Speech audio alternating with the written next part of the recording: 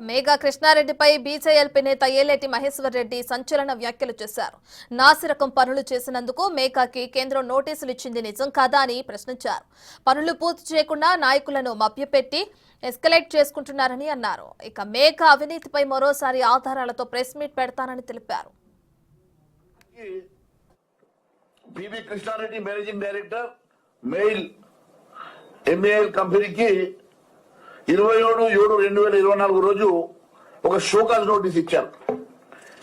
ఈయన పూర్తిగా నాసిరకమైనటువంటి పనులు చేస్తున్నట్టుగా ఈయన మీద ఒక షోకాజ్ నోటీస్ కూడా మరి ఇచ్చారు. ఇలాంటి వ్యక్తి